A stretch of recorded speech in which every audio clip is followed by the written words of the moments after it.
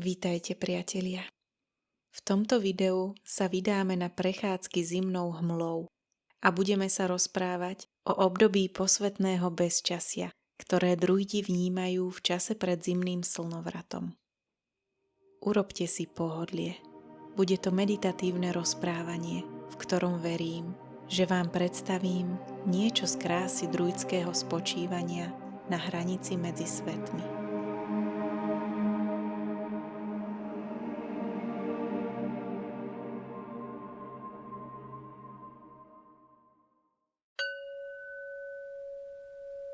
Je prvá polovica decembra.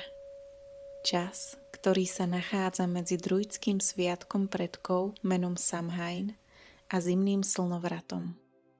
Samhain je obdobou dušičiek a oslavuje sa v noci pred 1. novembrom alebo pri najbližšom vhodnom nové mesiaca. V skutočnosti je zároveň druidským novým rokom, pretože v tejto tradícii je v hlbokej úcte nielen zrodenie, ale aj obdobie pred ním. Obdobie predkov, kedy sa v hlbinách zimnej tmy, zatiaľ skryté pod povrchom, začínajú utkávať vlákna nadchádzajúceho roka. Na zimný slnovrat, ktorý sa medzi druidmi niekedy nazýva Alban Artan, sa zrodí nové slnko. Termín jeho zrodenia nie je náhodný, ale deje sa o presnom astronomickom čase, ktorý sa pre každý rok dá zistiť na minútu presne v astronomických tabuľkách.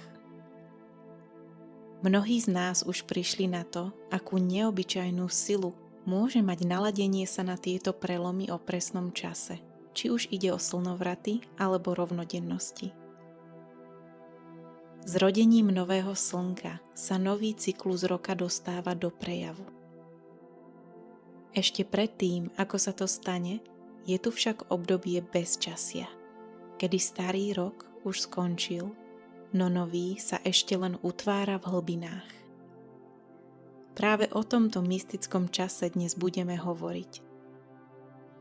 O hlbinnej tme, z ktorej sa rodí nový život, o láskavej podpore predkov, o liminálnom čase a priestore medzi svetmi, v ktorých sa mnohí druidovia cítia ako ryby vo vode. Začnime témou predkov, aby sme im vzdali úctu ako prvým a potom sa hlbšie pozrieme na tému hmly a liminality. Úcta k predkom je kľúčovým aspektom mnohých prírodných spiritualít po celej Zemi. Ľudia, ktorí sú spojení s prírodou a jej cyklami, prirodzene vnímajú posvätnosť odovzdávania rodovej sily a múdrosti. Obdobie, ktoré sa začína dušičkami a končí zrodením nového slnka na zimný slnovrat, je pre druidov časom predkov. Na tému predkov sa môžeme pozerať rôznymi spôsobmi a podelím sa s vami o niektoré z nich, ktoré som objavila za svoje doterajšie roky na druidskej ceste. Najbežnejším pohľadom na predkov je vnímanie našich fyzicky žijúcich a nežijúcich členov rodiny, ktorí sú našimi priamymi predchodcami v rodovej línii. Vedomé spojenie s nimi nám dáva pocit stability, sily, zakorenenia a dedičstva jedinečných kvalít, ktoré naše rodiny nesú. Väčšina osláv a meditácií zameraných na toto obdobie sa obracia práve k ním a prejavuje im vďaku za dary, ktoré sme od nich pre svoj život na Zemi dostali. Dávno pred rokmi som sa ponorila práve do takejto meditácie a dostala som od svojich predkov učenie, ktoré ovplyvnilo môj pohľad na ich realitu. Keď som sa s nimi chystala na záver rozlúčiť a hovorila som s predkami, ktorí už dávno neboli vo fyzickej podobe na Zemi, opýtala som sa ich, či je niečo, čo pre nich môžem urobiť, alebo s čím im môžem pomôcť.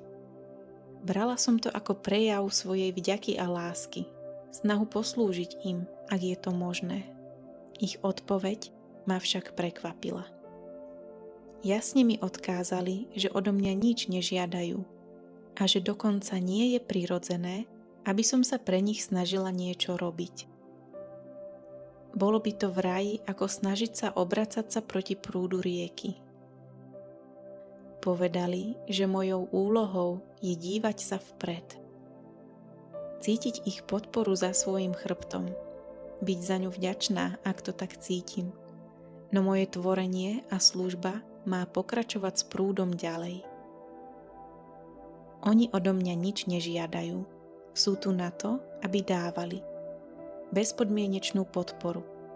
Tak, ako ich predkovia dávali svoju podporu im.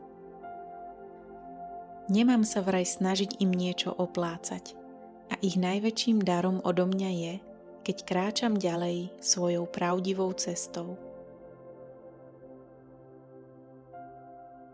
Zhovárať sa s veľmi dávnymi predkami, ktorí nie sú ovplyvnení našou súčasnou kultúrou, je neobyčajný zážitok. V tej chvíli pre mňa bolo ich učenie prekvapivé.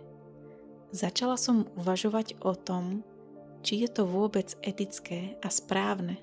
Chcem sa predsa o svojich predkov starať, rozhodne o tých žijúcich.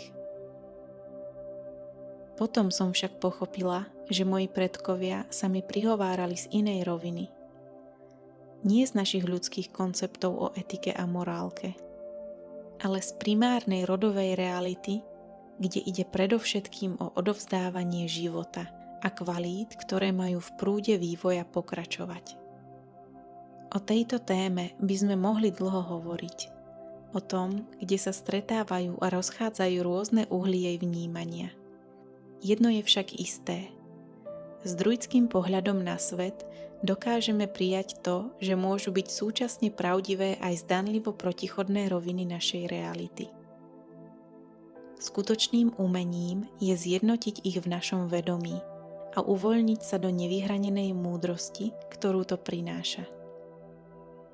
Téma predkov je mnohorozmerná a môžeme v nej nájsť aj ďalšie aspekty na objavovanie.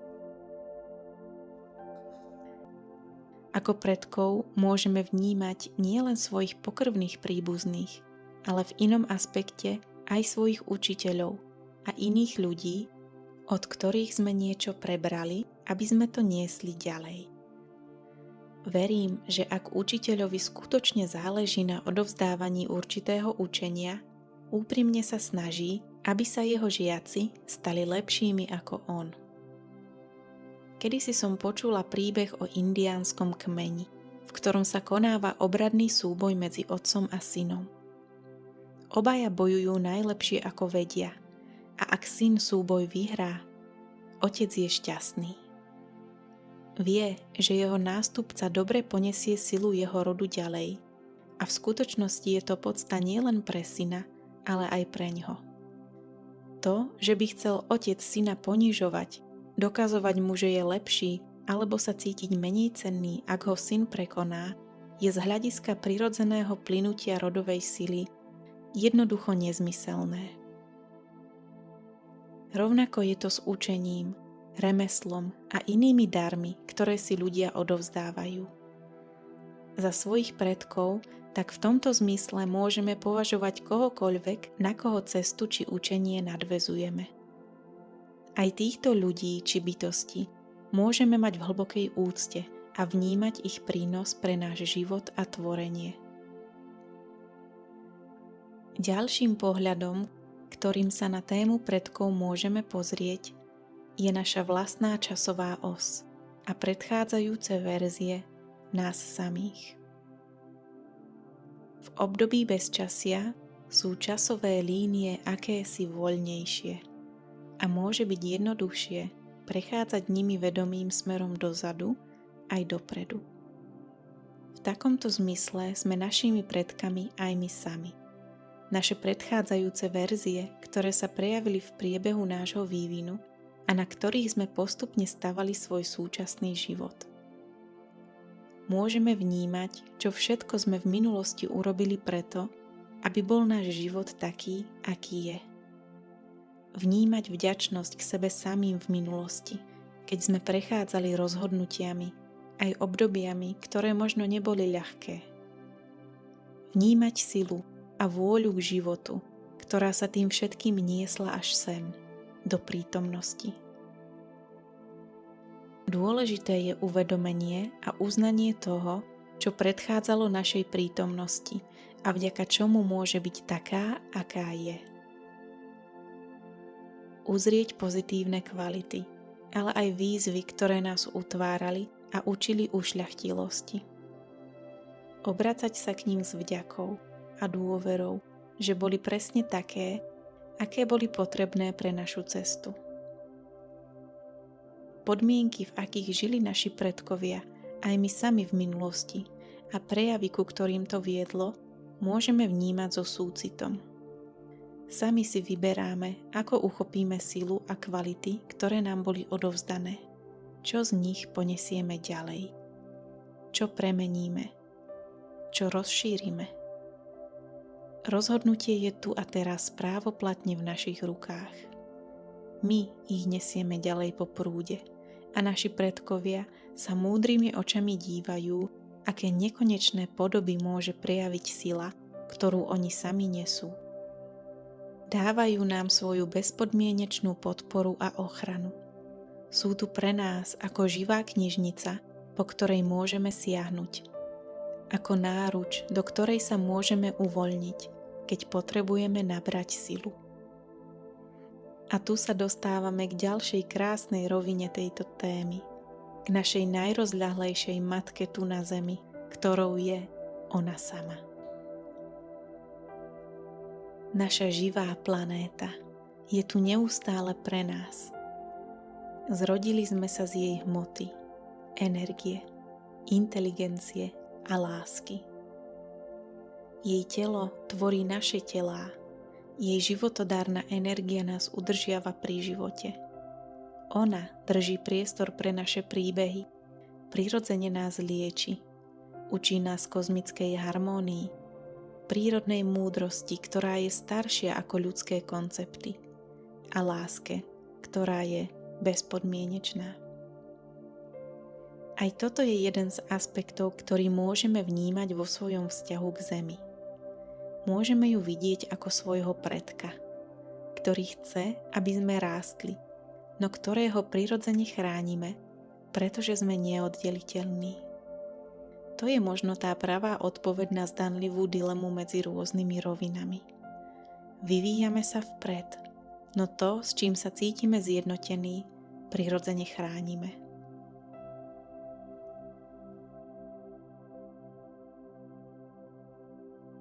Téma predkov má mnohé rozmery, ktoré sú vo svojej esencii prepojené. Každý človek sa k nej obracia svojím jedinečným spôsobom, ktorý je v súlade s jeho vnímaním a príbehom. V období bezčasia sa v dimenzii predkov utvára zázrak. V hlbinách zimnej tmy sa pod povrchom tvorí nový život. Tma je v druidskom učení posvetná. Je vnímaná ako vyživujúca maternica bohyne, v ktorej dozrieva to, čo sa neskôr zrodí. V objatí jej bezpečia a dosiaľ nesformovaných síl môžeme nájsť hlboké miesto regenerácie aj nekonečného potenciálu. Posvetné zastavenie je dôležitou témou tohto obdobia. Dokážeme na chvíľu všetko pustiť a s dôverou sa ponoriť do prázdna? Schopnosť skutočne hlboko oddychovať sa v súčasnosti stáva jednou z najdôležitejších schopností pre naše zdravie a harmóniu. Je len na nás, do akej hĺbky sme otvorení zájsť. Obdobie bezčasia medzi Samhajnom a zimným slnovratom pre nás vytvára prirodzený nulový bod v cykle roka. Staré sa skončilo, no nové sa ešte nezačalo. Máme príležitosť nechať dosadnúť premeny predchádzajúceho cyklu, uvoľniť tlak na výkon a budúce tvorenie. Byť chvíľu len tak, v ničom. V hlbine priestoru kde pulzuje potenciál. Dôverovať mu, aj keď ešte nevidíme jasné kontúry toho, čo sa chce v budúcnosti zrodiť. Ak vo vnútri cítime, že sme na dobrej ceste, tak to je to, čo stačí.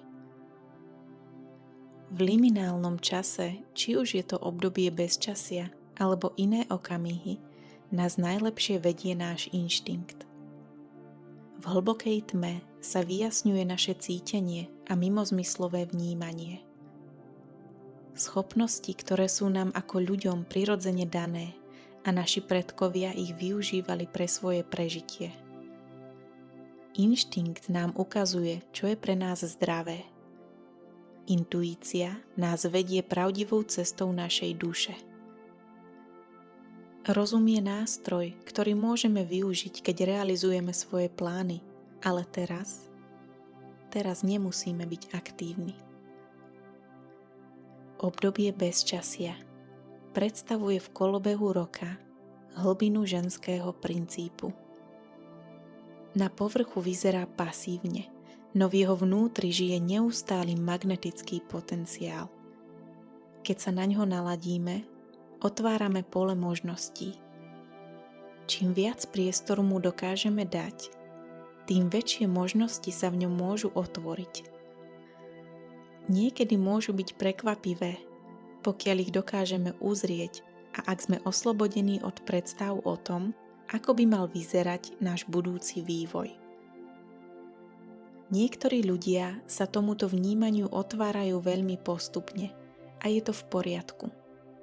Neboli sme vedení k tomu, aby sme vnímali tmu ako krásnu a nečinnosť ako prospešnú. Práve k ich objavovaniu nás však inšpiruje obdobie bezčasia. Príroda sa ponára do svojho spánku. V lese vládne ticho a my sme tiež pozvaní sa stíšiť. Pokojne uzavrieť to, čo sa skončilo a spočívať chvíľu v prázdnom priestore, pripravujúcom sa na nové zrodenie. Jednou z inšpirácií na toto obdobie, ktorá mi slúžila po mnoho rokov, je úplné odpojenie sa od sociálnych sietí. Zvykla som si dávať zimný offline približne na mesiac od polovice decembra do polovice januára. Nie len, že to bol dokonalý priestor na hlbokú regeneráciu, ale zistila som, že mi nič vážne neuniklo. Mnohí ľudia, ktorých to prirodzene vedie na druidské cesty, sú samotári, ktorí majú radi svoj pokoj. Práve pre nás môže byť obdobie bezčasia skutočným posvätným zastavením, vďaka ktorému sa môžu vynoriť naše skutočné dary. Ak si nemôžeme vytvoriť tento priestor na mesiac, možno si ho môžeme vytvoriť na týždeň, alebo aspoň na jeden jediný deň. Bezčasie v skutočnosti nemá trvanie. Je to kvalita naladenia. Čím viac s ňou budeme vo svojom živote pracovať, tým viac si ju budeme môcť sprítomňovať pre našu osobnú regeneráciu, aj pre našu druidskú prácu v krajine.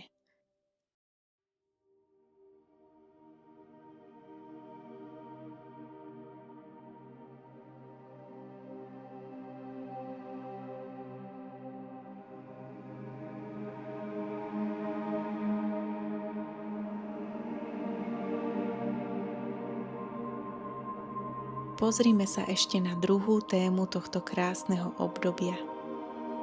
Nie je náhoda, že práve v tomto čase býva krajina často zahalená hmlou. Keď sa zastrie vonkajší zrak, môže sa o to viac otvoriť ten vnútorný. Hmla vyplňa prírodný priestor svojim kúzlom. Sama je liminálnou substanciou, pohrávajúcou sa medzi dvoma živlami, vodou a vzduchom. V dávnych príbehoch Británie je jej magická krása spájaná s druidmi a mýtickým ľudom bohyne Danu. Hmla tu slúži ako závoj, ktorý dokáže zahaliť magické prírodné ríše pred zrakom a prístupom obyčajných ľudí. Schopnosť tento závoj zatiahnuť alebo rozhrnúť náleží práve druidom. Jedna z írskych legend hovorí o bohu mora menom Manannán mac Lir. Keď ľud bohyne Danu prehral svoj boj s Milesiánmi, ich osudom nebola smrť, ale prestúpenie do inej úrovne prírodnej reality. Ako jemnohmotné bytosti odišli dovnútra niektorých kopcov a vrškov, kde mohli bezpečne prebývať. Aby boli skutočne ukrytí pred zrakmi ľudí na povrchu, Manannán mac Lir im dal ako dar magickú hmlu menom Féad Fiada. Jej závoj nielen znemožňuje ľuďom nájsť vzácne bytosti ľudu bohyne Danu, ale hovorí sa, že sa v ňom môžu aj naveky stratiť. Druidi, ktorých učenie má korene v umení ľudu bohyne Danu, majú podľa legend k práci s touto hmlou prístup. Hovorí sa o nich ako o tých, ktorí stoja na hranici medzi svetmi. Ich vedomie presahuje do viacerých úrovní reality súčasne. Práve preto môžu byť ich prepojovateľmi a môžu v prírodných ríšach uskutočňovať svoju službu. Druidovia sa nevyhýbajú tme, ani hmle, ani iným liminálnym priestorom a javom v prírode, pretože práve oni pre nich môžu byť bránami. Druidi, ktorí sú zvyknutí pracovať s týmto vedomím, sa v liminalite cítia bezpečne. Všetko sa vyvíja s postupnými skúsenosťami a ak by ste spolu so mnou chceli objaviť o druidskej ceste viac, pozývam vás do nášho jedinečného učenia s názvom Úvod do druidského sveta. Je pre vás kedykoľvek dostupné online z pohodlia vášho domova. Hovoríme v ňom o druidskej múdrosti, prírodných bytostiach, energetickej práci v krajine a iných zaujímavých témach. Krásne videá, obrázky a príjemné rozprávanie vás s ľahkosťou naučia základy, s ktorými môžete prírodu objavovať na úplne nových, neobyčajných úrovniach. Link nájdete v popise pod týmto videom.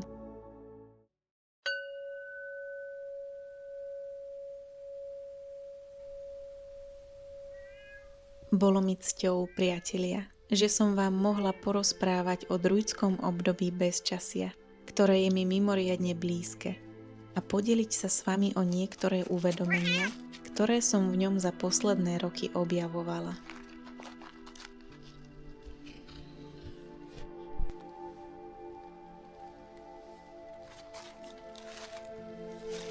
Prajem vám pokojné dni v tomto posvätnom čase a zachytenie jeho vzácneho naladenia, ktoré si môžeme znovu sprítomniť, kedykoľvek to budeme potrebovať.